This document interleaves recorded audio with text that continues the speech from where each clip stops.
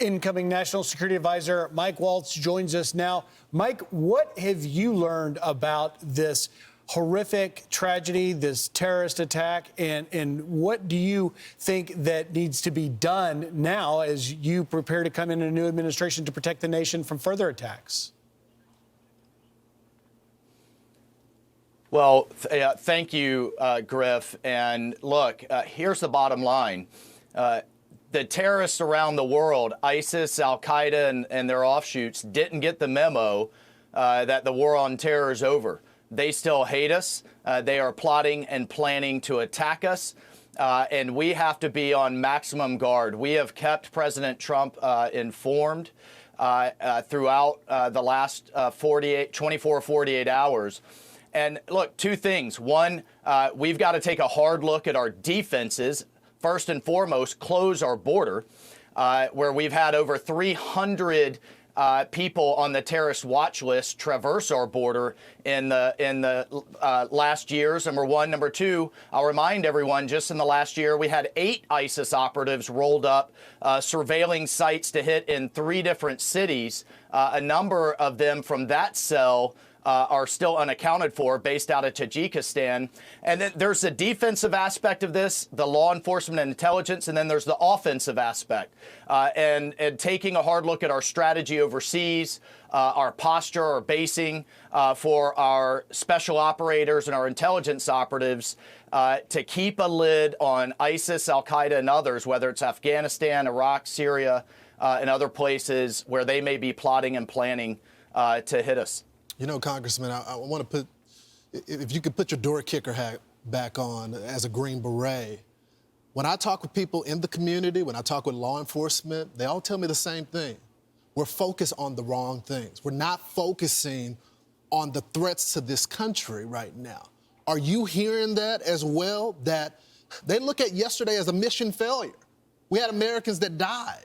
And something needs to change immediately. I mean, it's great that we got the former president coming back in, but something could happen between that time.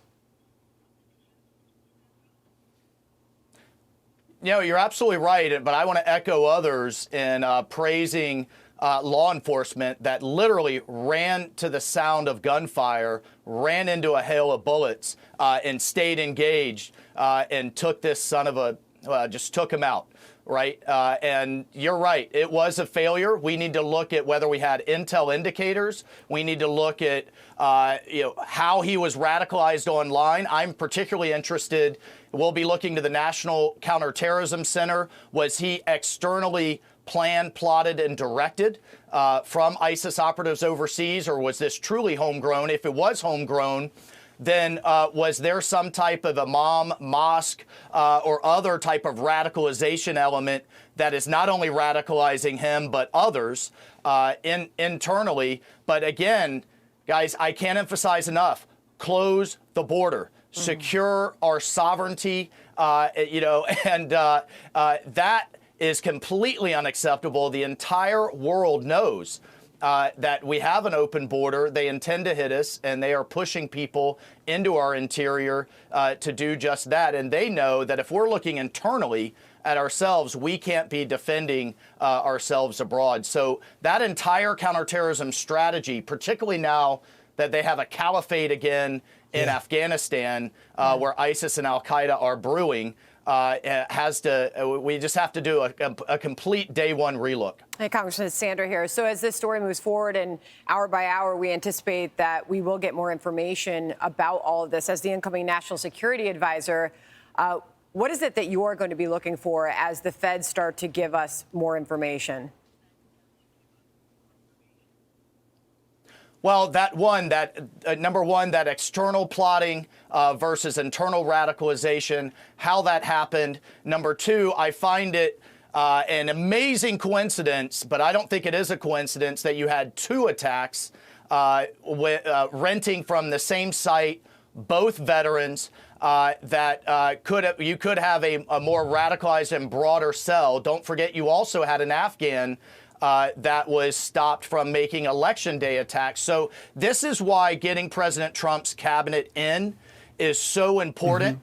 We need Governor Noem at DHS. We need Kash Patel at FBI. We need Pete Hegseth at DOD. This is an across-the-government look. Marco Rubio at State, and, of course, Ratcliffe at CIA and Gabbard, Tulsi Gabbard at DNI. That has to be in place day one, guys, because this is a moment in transition of vulnerability, and President Trump is going to project, because he is a leader of strength, the narrative that we project on day one will be just important, and that's having our people in place. And lastly, Congressman, during this transition period, just 19 days to go, are you currently in contact and getting briefings from your counterpart, Jake Sullivan?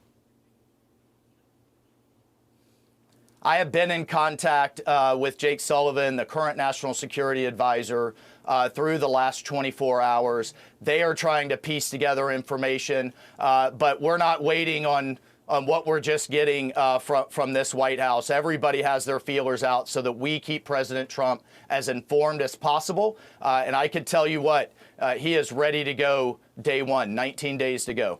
Real quickly, because we have to go, Congressman. I'm not asking you to reveal classified information, but was there chatter about this guy?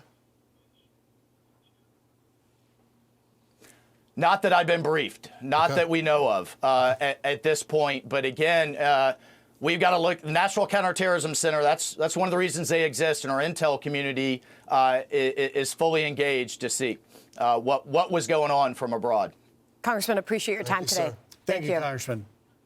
I'm Steve Ducey. I'm Brian Kilmeade. And I'm Ainsley Earhart. And click here to subscribe to the Fox News YouTube page to catch our hottest interviews and most compelling analysis.